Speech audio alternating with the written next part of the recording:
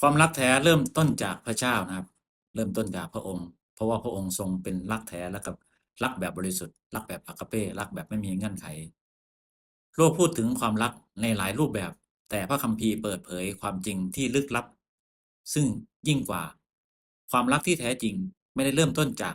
มนุษย์ที่พยายามรักพระเจ้านะครับ แต่เริ่มจากการที่พระเจ้าทรงรักเราก่อน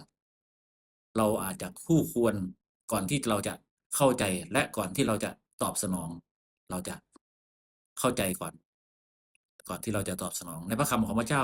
ในข้อนี้แหละเป็นความรักไม่ใช่เรารักพระเจ้าแต่ที่พระองค์ทรงรักเราและทรงใช้พระบุตรของพระองค์ให้เป็นผู้ที่ลบล้างพระอาชญาที่ตกอยู่กับเราทั้งหลายเพราะบาปของเราเอเมนครับใน1 ยอห์นบทที่4ข้อที่10พระคำได้หนุนจิตชูใจเรามี3หัวข้อด้วยกันนะครับ1ความรักของพระเจ้าเป็นฝ่ายเริ่มต้นก่อนเสมอพระคัมภีร์ข้อนี้ย้ำชัดเจนว่าความรักไม่ได้เกิดจากความดีหรือความพยายามของมนุษย์แต่เกิดจากการทรงเลือกของพระเจ้าพระองค์ทรงรักเราตั้งแต่เรายังไม่ได้เป็นเรายังเป็นคนบาปนะครับนี่คือความรักที่ไม่มีเงื่อนไขรับความรักอาคาเป้2ก็คือกางเขนคือหลักฐานสูงสุดของความรัก พระเจ้าทรง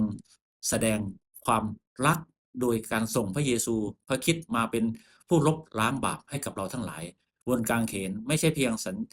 ญลักษณ์แห่งความเจ็บปวดแต่เป็นถ้อยคำที่ดังที่สุดว่าพระเจ้าทรงรักคุณพระเจ้าทรงรักเราครับ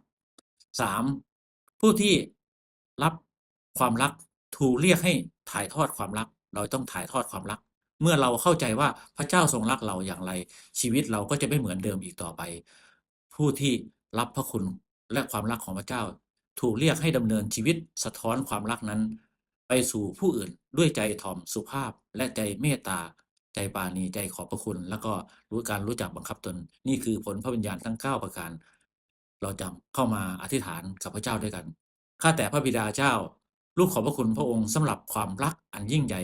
ที่พระองค์ทรงประทานให้กับข้าพระองค์ ก่อนที่ข้าพระองค์จะรักพระองค์โปรดเปิดหูตาใจของข้าพระองค์ให้ข้าพระองค์เข้าใจในความรักของพระองค์อย่างลึกซึ้งและช่วยข้าพระองค์ถ่ายทอดความรักนั้นออกไปยังผู้อื่นอีกมากมายผู้ที่รอคำตอบผู้ที่รอการทรงช่วยกู้ที่มาจากพระองค์แล้วก็ขอให้ข้าพระองค์ที่จะมีผลพระวิญญาณทั้ง9ประการทุกอย่างแล้วก็อวยพรกิจการงานลูกในก่อนวันปีใหม่ที่จะถึงนี้โอ้พระองค์เจ้า ขอพระองค์ทรงอวยพรพี่น้องที่ได้ยินได้ฟังทุกคนได้รับการเติมเต็มที่มาจากพระเจ้าลูกขอบพระคุณพระองค์ลูกสรรเสริญพระองค์ในพระนาม